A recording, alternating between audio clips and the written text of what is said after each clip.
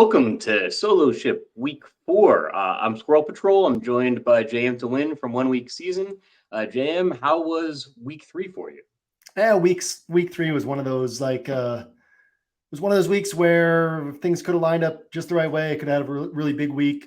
Things couldn't have lined up in such a way that I could have had a bad week, but it ended up being like a slightly subpar week. What about you? It was awful. It was awful. It was really one of my worst ROI weeks that I think I've had in the past few years. And it wasn't really anything in particular. I think you needed to have a combination of Miami Dolphins players and the Buffalo defense that I just didn't have. Yeah. And I was way too high on Atlanta last week. I thought they were going to come out as kind of a different team than they had presented themselves pretty much the past couple of years, and they didn't. And I don't build lineups for scenarios where teams score 10 touchdowns with 8 of them going to the running backs. It's just not how I build my lineups. So, and Buffalo defense was pretty popular, and they ended up, I think, putting up 30 something. 32. Actually. Yeah. People are talking all about Miami because that's the obvious points on the scoreboard. You really need to have the Bills defense because it was popular enough that you could avoid having Devon Achane in your lineups and win a tournament, but you probably still have to have the Buffalo Bills defense. Yeah, no, it's funny. I had it was hard for me to have a losing weekend because I didn't miss on my quarterbacks, and all my exposure was Mahomes, Herbert, and Deshaun Watson. It was 90% of my exposure was those three. They all did well. And then my wide receiver, my top 6 highest owned wide receivers were Justin Jefferson, Mike Williams, Keenan Allen, Amari Cooper, Tank Dell, Adam Thielen. So you're getting 28 to 45 points at every wide receiver spot, and all those guys are 26% owned or higher. So you're kind of mixing and matching them across rosters. But yeah, I had no Bills defense because they're a very conservative, non-aggressive defense. And you go through their game logs. It's very rare for them to have a 5-point or lower game, but also very rare for them to put up double-digit points. So they weren't really even on my radar, which was obviously in retrospect an oversight. And then I had 8% Raheem Mostert. And so it was Mostert in large field play. Mostert didn't the rosters he ended up on didn't line up with me getting 4 wide receiver spots right, because most of my rosters had 4 wide receiver spots right, the quarterback right, tight end was a wasteland anyway, but I didn't have those 32 points of defense. And so yeah, in single entry 3 max, I had 3 main rosters. One of them finished top 4 or 5%, but that was the one I had the least amount of money on. The other 2 finished with my bubble touching the cash line. So that was kind of the difference between a little bit of profit and a little bit down. But yeah, it was, I said it last week, it was not a week that set up well for what I'm best at. So the fact that I missed one thing, I felt really good and got so many things right. I felt really good about the way I played. And it just didn't the rosters didn't line up the right way, but we turned the page. It's a new week, which presents very new challenges this week. So I'm excited to pick your brain because I typically come out of this show. I come into the show with 95% of my thoughts set and kind of come out of the show with 98% of my thoughts set. So yeah, excited to, although I did, after our show last week, I did add Desmond Ridder to my pool. And then on Saturday night, I was no, it's not happening. Yeah, I'm sorry. That was one of my worst calls in recent memory. And speaking of memories, more memories are made when you're there for live NFL action. And when you need tickets, Ticketmaster's got you covered. As the official marketplace of the NFL, Ticketmaster gives you more ways to find your perfect seat. Their interactive seat map gives you 360-degree previews of your section to make sure you have the best view of those pivotal plays. And if your plans change, Ticketmaster gives you more flexibility to sell or transfer your tickets. Plus, mobile tickets make getting in on game day a breeze, and you can even customize your Ticketmaster app to rep your team's colors. Find tickets today at Ticketmaster.com/NFL. So, he's a pro. Moving on from Desmond Ridder and week 3, we're on to week 4, which on paper looks pretty similar to last week in that we have one game that has a very large game total, a few points more than any other game. It's interesting that last week that game was the Chargers in Minnesota, and it was Miami that really stole the show. This week, it's Miami is in the game that has the higher point total, which is probably not a surprise after they put up 70 points just by themselves. But actually, in a difference from last week, that Miami Buffalo game really isn't jumping off the page in terms of ownership projections. And I think part of the reason why is that the guys involved in that game are just very expensive. Yeah, it's there. You got expensive guys, and you have, one of the things I said last week was my tendency is whatever's the most popular game. My personality is like people are probably wrong about that, right? And I'll start in other places, and every once in a while I'll come around to that game. And last week it was like, no, I'm going to have heavy exposure to Vikings Chargers because the chances of it being low scoring were really low, and it was the only game that had the potential for that fourth quarter back and forth that really just leads to a game blowing up. And it didn't happen. It was 28-24 with I think it was 11 minutes left. And there was no more scoring in it. But what if the Vikings had scored with 6 minutes left? And now it's 31-28.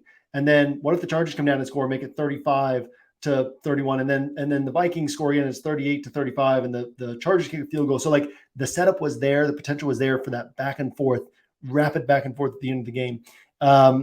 This game isn't it has, to me, it has fewer paths to us like a game where both teams are scoring over 35 points. So there's also that. And I think that's part of what makes this week really unique. I'm interested to get your perspective on this, but it's you have the guys, Josh Allen, Jalen Hurts, the Bills-Dolphins game. These games are pretty high confidence games. These players are pretty high confidence players, and those are just examples. I think we have this kind of across the slate, but the chances of them going for true had to have it scores are kind of a little bit lower. So you're paying up to get those 30 points, but can Hurts get you 38 in a game that Philly should control? Can Josh Allen get you 38 when every week the Bills are celebrating the fact that he's taking these underneath throws, and now he's taking on Vic Fangio, who's going to force underneath throws. And then you've got these other spots like Justin Fields against the Broncos, or some of these pass catchers with more volatile roles where it's the certainty is way lower, but there's a chance that they spring up above kind of these more certain games. So to me, it's a very spread out slate because the certain spots, they're pretty high confidence to me, but the chance of them being true had to have it's are kind of low. And then these other spots could actually be had to have it, but the confidence is pretty low. So yeah, there's a lot of different ways that you can build this week. And obviously weeks where there's a lot of different ways you can build, the field typically doesn't build in all those ways. And so that provides some clear pathways as well. Yeah, I think we're in agreement there. I think it is a pretty spread out week. I think one of the things that's kind of affecting that game that we're maybe not even thinking that much about is there's just not a lot of screaming value. We don't have the backup running backs that are stepping into, that are mispriced for their role or anything like that. Even a wide receiver, there's just not a ton of value. I kind of like Calvin Austin, but I think he's down there at the 3,300 range, and we had a bunch of those guys earlier this season. I feel like each week we've had our selection of $3,000 wide receivers we could choose from, and that made it easier, at least before the game started, to go to these high cost players. But like Josh Allen, I think is the most expensive quarterback. I think Diggs and Tyreek Hill are two of the top four most expensive wide receivers. And without a lot of screaming value, it's really difficult to game stack that game. And so I'm more inclined to look at some value in games, even game stacks that could go off compared to the game total, and then try to fit in a Tyreek Hill or a Stephon Diggs on that roster. But I'm not going to be able to, it's just really difficult to game stack the Bills and Dolphins. Yeah, absolutely. I think that all of that kind of goes into play this week. And then on top of that, one of the things I've been thinking about and talking about this week is part of what makes the Dolphins offense so unique is how impossible it is to prepare for it until you've seen it. So if you've seen it, it's a little bit easier to be acclimated to it at the start of the game. Vance Joseph said this week, literally said that the speed was overwhelming. Obviously we could see that, but it's if you've not seen it, and it's not just fast players, but it's the fast motion that coincides, a half second before the snap. It's just so much stuff that Mike McDaniel does to strain the defense. But we saw what the Patriots were able to do. It's hey, we've seen this twice before. The Bills played this team 3 times last year, played them in the playoffs. So it's we've seen this before. We can be a little bit better prepared for it. And again, the Dolphins still probably score 24 or more points, but it's just harder for them to go for like 35, 40 points against a team that's really good in the Bills and has seen this team before. So yeah, that's it. Like I said, it just kind of neutralizes everything to where there's a lot of different places you go this week. What are there other places that are standing out to you this week? So yeah, so one of them, and I put it, I guess, my top correlation, I think, on the expert survey, but you mentioned one of the players already is Justin Fields. Like if you had said at the beginning of the season, we're going to knock $1,000 or more off Justin Fields' price, and we're going to have him face a defense that just gave up 70 points, and he's going to be at home, like people would have been all over Justin Fields. I don't think he's going to be underowned or like unowned. But he might be underowned, and he is a player that can put up a lot of fantasy points in a game where he's not necessarily putting a lot of points on the scoreboard.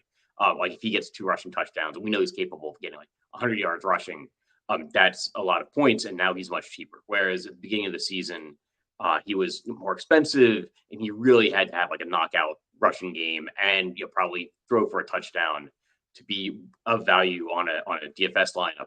And then I think he actually pairs very nicely because like the Bears defense has not been good either. Pairs nicely with Javonte Williams on the other side. Like Javonte Williams is very cheap. I think it's particularly on FanDuel. He's very cheap. At the running back, I think he's like the 20th most expensive on DraftKings and the 28th most expensive running back on FanDuel, which is just too cheap for going against a very bad defense. Yeah, Javonte Williams is interesting. I've heard a lot of people talking about him, and I do daily roster building show DFS Lab with my nephew who's 23 years old. So he's watching TikTok stuff and all that, and he was like, "Oh yeah, everybody on TikTok's talking about Javonte Williams this week."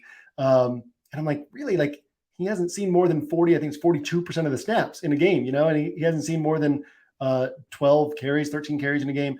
At the same time, what if he sees 16? What if he sees 17? What if he sees 18? It's interesting you say like how bad the defense, they just gave up 70 points.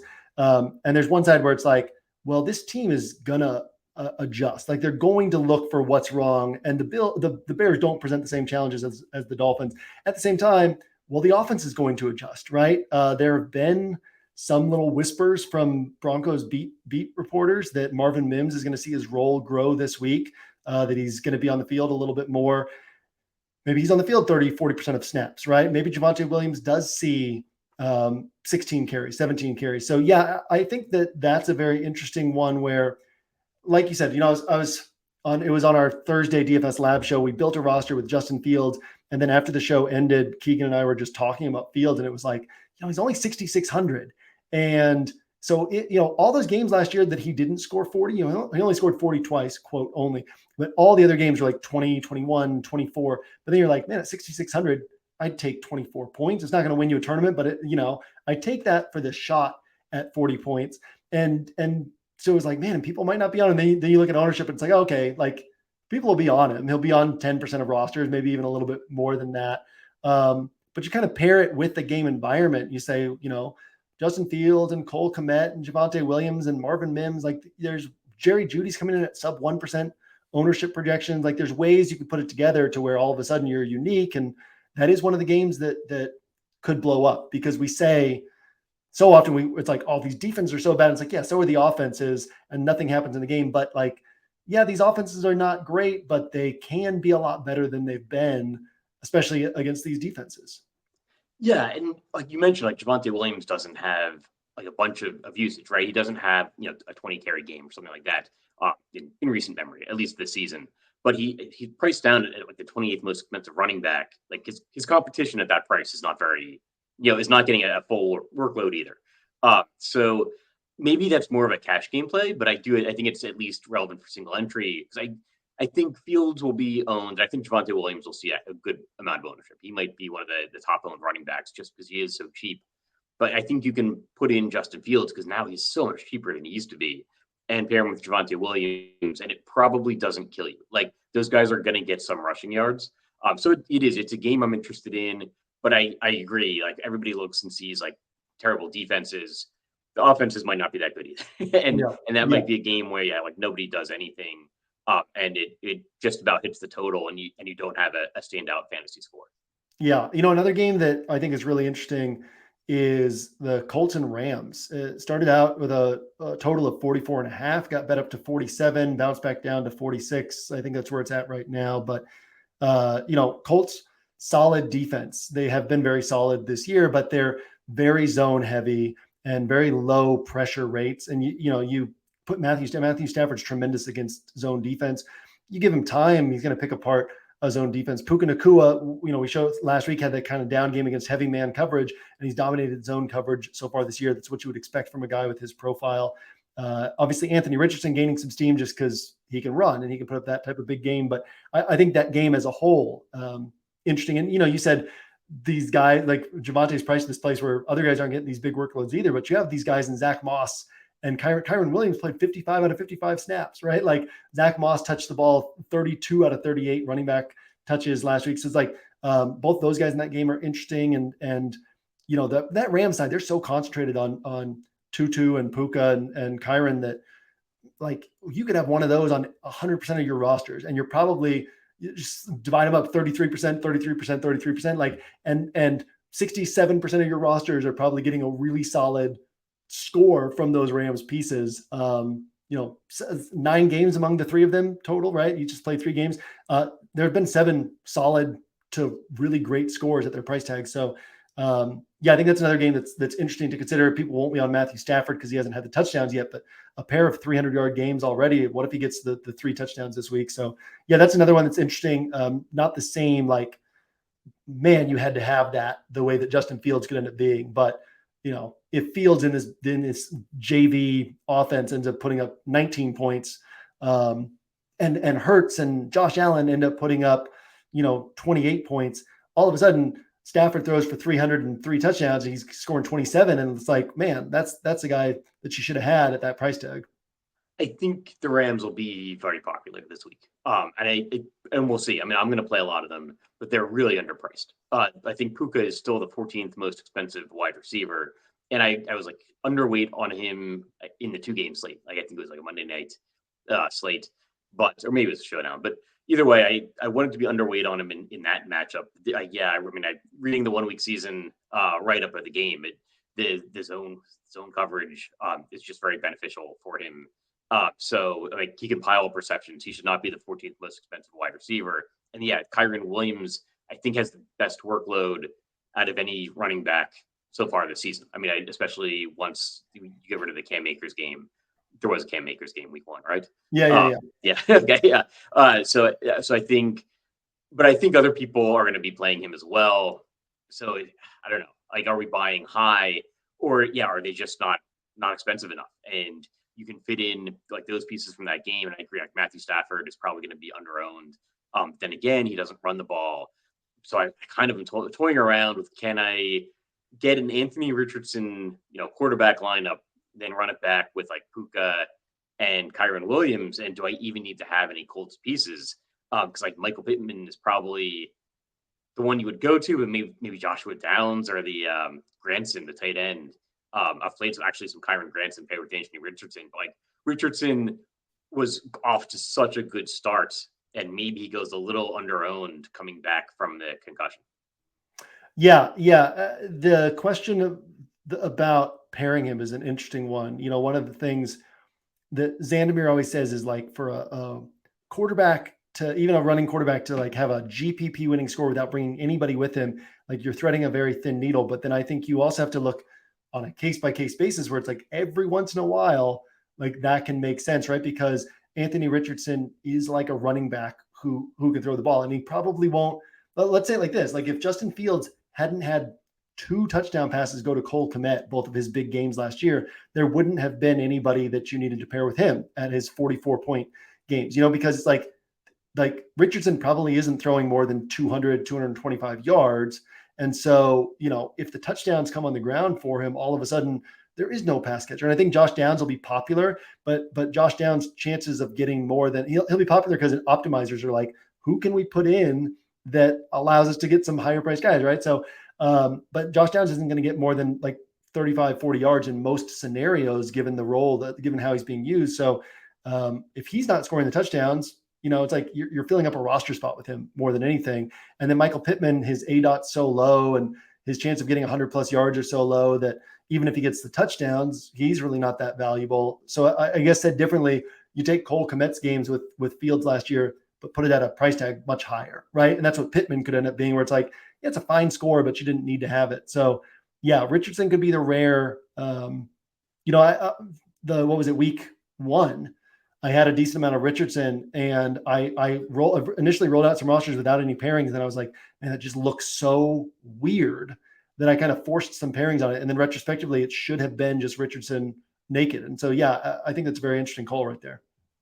It particularly, he like pairs well with Puka, because Puka gets the receptions. So like Puka can get there with yardage and receptions, and Anthony Richardson can get there with rushing. And like, so you don't necessarily, like, the natural pairing for Puka isn't necessarily Matthew Stafford. It's Anthony Richardson. We're kind of building a roster, which we don't normally do on this show. But yeah, I mean, I think that's an interesting pairing for single entry. And then Kyron Williams, especially on DraftKings, like fits in there pretty well. Also, then actually, I want to move on to another game where I'm more interested in the position players, but not necessarily the quarterbacks. But Minnesota and Carolina is a game that I think is a little bit interesting, because Minnesota passing defense has been pretty bad, but we don't know who the quarterback of Carolina is necessarily going to be. It's probably going to be Bryce Young. Yeah, I think they said today that it will be, that he's starting. Okay. And so I don't know if I'm necessarily interested in playing like Bryce Young or Kirk Cousins, but then like Justin Jefferson, Miles Sanders, Adam Thielen, and I'm wondering if like DJ Shark is maybe going to work his way onto some of my rosters as well. Just because the Minnesota passing defense hasn't looked good, and I think that game will be a little bit underowned. Yeah. One of the things that I went through a stretch where when I started writing the NFL Edge and doing like all the deeper research, my play took a dip for a little while, my DFS play. And it was because you can get so deep into the numbers that you latch on to certain numbers. And it's like, these are numbers that tell us what has happened, right? So this week, one of the things I'm having to battle is, Bryce Young has one pass all season of 20 plus yards downfield. And then this data point, or this idea that Brian Flores doesn't have a lot to work with on that Vikings defense, but he knows how to confuse a quarterback. He's going to throw all these exotic blitzes. Bryce Young's going to see things he's never seen before. At the same time, that's one side of the coin, right? The other side is the secondary is not good for the Vikings. So if Bryce Young is able to get the ball out against these blitzes, these pass catchers can have a big game. If he throws a couple more passes downfield, DJ Shark could have a big game, or Jonathan Mingo looks like he's on track to clear concussion protocol, and nobody's going to play him. And he's seen like a pretty high target. I forget what the numbers are, but a pretty high target share in that offense. And I think even a pretty high like first read rate in that offense. So yeah, I think that's an interesting spot. I think that you've probably read the NFL Edge write up for that game. And like, I was listening to it this morning, and it was like, it was a perspective I hadn't been seeing of like, oh, there's a chance this game could actually get really interesting. So yeah, that's a spot I haven't fully come around on yet. Cause kind of like I listened to that game this morning and then jumped straight into this, like my podcast day. So jump straight into podcasts. But yeah, I want to give a little bit more attention in my thoughts to that game, because I've just generally been kind of off of that game so far. So another game that I'm not like that interested in game stacking, but I think has a couple of players that I'm interested in. And somebody I haven't heard a whole lot about this week is Alvin Kamara, because I think people don't know what to expect. But I'm kind of high on him this week. And actually, hot takes. My hot take was going to be that Alvin Kamara is going to be the highest scoring running back on DraftKings. And again, I'm like hot takes. I'm generally going for something that has like a less than 10% chance of happening, but could happen, right? But could happen, yeah. Yeah, and I think we don't know what his workload is going to look like, but he might have I think he is going to have a backup quarterback with Winston. And then his backup running back, Jamal Williams, is out. And I think if we had seen that situation in like week 1, then maybe we would have been all over Alvin Kamara. But we don't know, is the team going to look at him and say, well, he's like fresh legs. We can ride Alvin Kamara because he hasn't had any workload weeks 1 through 3. Or is it going to be a situation where we want to ease him back into live action? Yeah, I mean, I've looked at him this week, and I've just painted the negative picture, which is probably what most people will do, right? The matchup's bad. And in fact, that matchup has been like most of his worst games over the last 3 or 4 years have come against that Buccaneers defense. And then he wasn't really great for DFS last year, right? He had like one good game. So that's the negative to it. But I think the positive to it is also a very interesting angle to play around with. So yeah, I'll just lay it out like that. My perspective has been the same perspective most people are probably having of like, here are the negative data points, but it's definitely a spot where when we're talking about what wins you tournaments, a lot of times, and there's the blend, obviously, if you're learning DFS is like, you don't want 8 Alvin Kamara type plays across your roster. What you want is when you get that type of play right, you want it to be blended with your all like 5 or 6 high confidence plays so that, it kind of separates you. You've got these plays that like I said, think back to what I said about my wide receiver ownership pool last week, right? If you can mix and match those higher confidence plays and they all hit, and then you mix in some of these lower confidence, high upside plays, that's really where you win tournaments. So yeah, I could see that being one of those spots. My hot take was going to be, or is, that Marvin Mims will outscore all the other popular cheap wide receiver options. So that is a sub 10% likelihood as well. But that's something I'm going to take some shots on this week. Is we're talking about how to pair Justin Fields, uniquely. It's like you get Judy sub 1%, or you get Marvin Mims instead of these other popular guys. I think that's an interesting one to play around with as well. Yeah, actually, the same kind of scenarios we're talking about with Anthony Richardson can be applied to Justin Fields, where you can run it back. Like you don't necessarily need to play a wide receiver or tight end even with Fields, but you could run it back with an opposing wide receiver. And I also think Russell Wilson's not a guy I'm going to be playing in single entry or cash game or anything like. But like I think in terms of large field play, like Russell Wilson might be a little bit underrated, because I think if people are going to that game at all, they're going to go to Justin Fields. But I mean, what if the Bears defense is just that bad and Russell Wilson is throwing ball? It's finally Russell Wilson's opportunity to cook. I mean, and I think he was actually a tournament winner one of the weeks we've already had. But like he's kind of being overlooked, I think, in that game as well.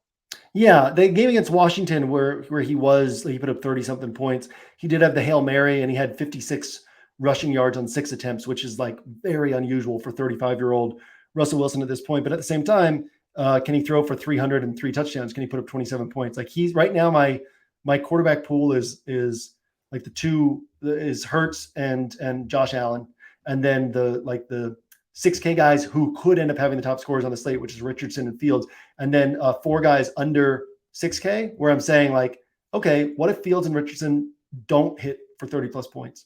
What if Josh Allen and Hurts only hit for 30, like 25 to 30? Well, is there a sub 6K quarterback who could go for 300 yards and 3 touchdowns and give me 27 plus points at a much cheaper price tag? And so for me, Russ is one of those 4 quarterbacks. So yeah, I think that's an interesting play, an interesting spot. And this Broncos offense hasn't been bad. They've been their 0-3 record, and their game against the Dolphins has kind of overshadowed the fact that this Broncos offense has not been a top 10 offense, but it's been like a top 12, top 14 offense. They've been solid. And I think that's a very interesting spot this week, and a spot that, this was early ownership projections, but I was looking at some ownership projections last night, and it was like Russell Wilson at 9.7% owned, but Cortland Sutton at like 9.1 and Jerry Jeudy at 0.5. And you're like, how does that even work? Yeah. I think that Russ ownership will come down, and there's nobody really wanting to stack him up. So I think that's an interesting spot. And again, I think that it'll be hard for Josh Allen and Jalen Hurts, and you could throw Herbert in there. It'll be hard for these guys to not score 25 plus points, but it'll also be hard for them to go significantly over 30. And so if you can find the cheap guy who matches them, or the mid-range guy who like goes way over that mark, there are opportunities to build this slate in a lot of different ways to kind of outmaneuver what everybody else will be looking at. You've mentioned Hurts a couple of times. You said he's one of the quarterbacks in your pool, and I'm down on him this week, and I don't know why. Other than like that game doesn't seem appealing to me. It's got a low point total, and I think you actually said what it is. Is it he might not put up like 30 plus points? Like it's impossible. Not impossible, but it's difficult to see him having a bad game. But he's very expensive, and if he puts up like 25, 26 points at his price tag, is that enough? And is Washington going to be able to push him. But then Washington did win one of these games last season. It's like maybe they are capable of pushing him, and maybe teams aren't always as bad as they looked last week. Right. Yeah. With Hurts, it's more about because we can look at Richardson and Fields and be like, oh, they could score 35, but they also could score 19 or 20 or 21. And all these cheaper guys could end up in that 20-point range where they only throw for 2 touchdown passes, right? So it could be, to me, 30 pointers are always valuable. I think people have like don't totally understand this Eagles offense and like how pass leaning they tend to be in the early going, because they are always up by 2 or 3 scores in the third quarter and turn toward the run. But like last week, Miles Sanders and Kenneth Gainwell had combined for 9 carries at halftime. And last year, I kind of tracked this a lot throughout the season, but like the Eagles start out their games really aggressive, really pass heavy. Against Washington last year, Hurts, one game he threw for 340 yards and 3 touchdowns. And then the other game, the one that the Eagles lost, it was the game where the Eagles had the ball for 19 minutes and 36 seconds. And Washington basically said, look, we can't win this game, but what we can do is control this game on the ground. Well, now fast forward to this year, and the Eagles ranked number 1 in run defense DVOA. They've been a horrible run game matchup. So if Washington can't do that, like now you have a situation where the Eagles are going to put up those 30 points more than likely, and it's going to come through Hurts. And sure, he's on the bench in the second half. So yeah, it is, but similar to Josh Allen, it's hard for me to see, if you pay attention to this Bills team, I mean, they're so excited about Josh Allen taking the underneath throws and his average depth of targets down. And they're like every press conference, every coach is celebrating the fact that he's not forcing the ball downfield. And then Vic Fangio is like, all I do is make sure nobody can throw the ball downfield. So, can Josh Allen go for 35 or 40? I mean, he can, probably more so than Hurts, but yeah, I kind of see these guys as hand in hand, as like guys who probably don't disappoint, but probably don't post like had to have it scores at their price tags. But again, if the rest of the slate shakes out in a certain way, that still becomes like the most valuable way to go. So one team we haven't mentioned at all is the team with the highest implied point total on the week is San Francisco. And nobody ever likes to play Brock Purdy. He doesn't get like a ton of rushing points, but like someone on this team is going to put up a big score. And I think we're still waiting on Deebo Samuel news. As of like 30 minutes ago, we still were. So yeah, so I'm very interested in this team, and it's not necessarily going to see a lot of ownership.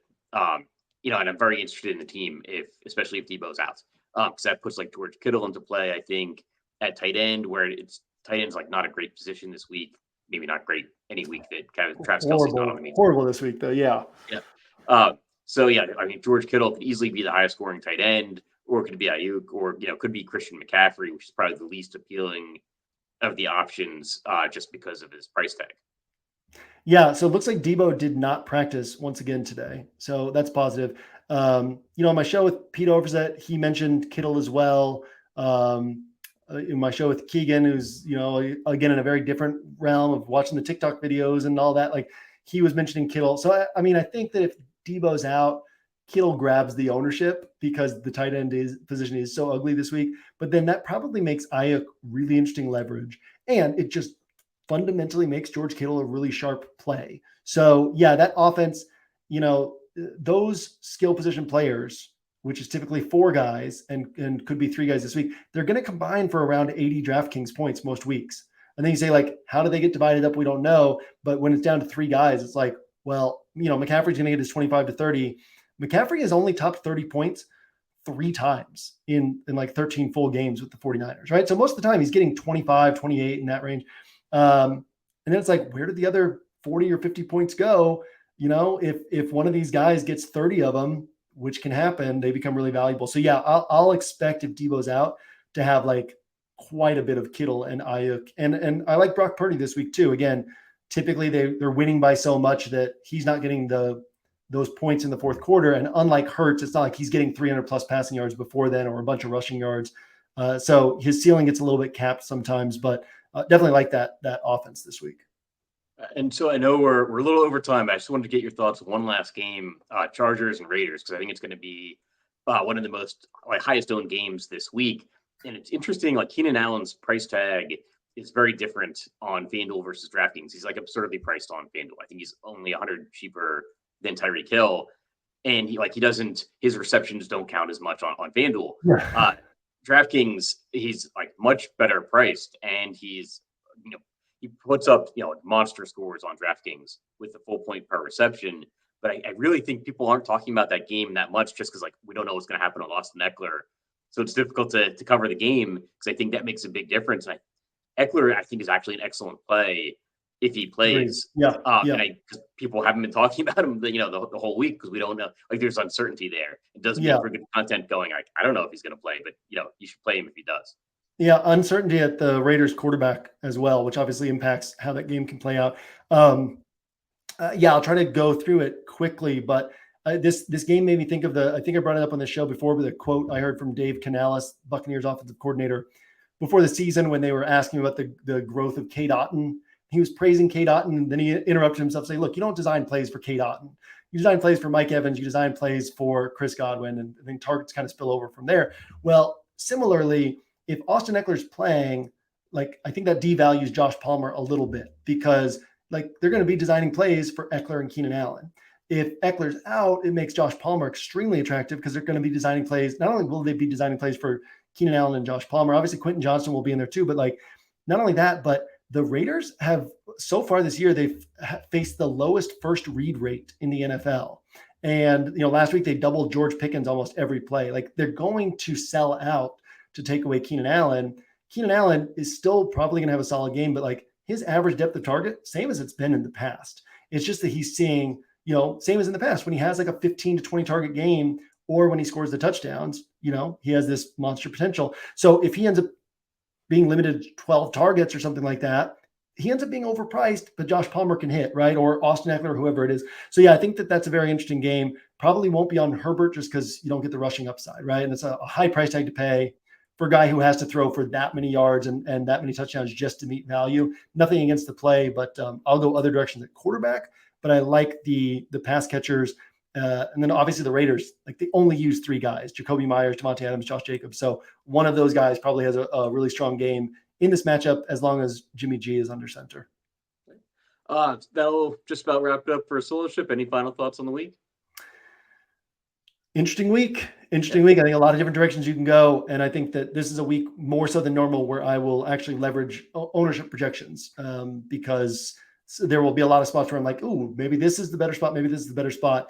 And so rather than leaning on just trying to predict, I'll kind of say what's the best strategy based off of ownership projections. Not typically the way I approach things, but yeah, I'll be kind of leaning a little bit more toward that this week. All right. That'll do it for this week. We'll see you guys next week.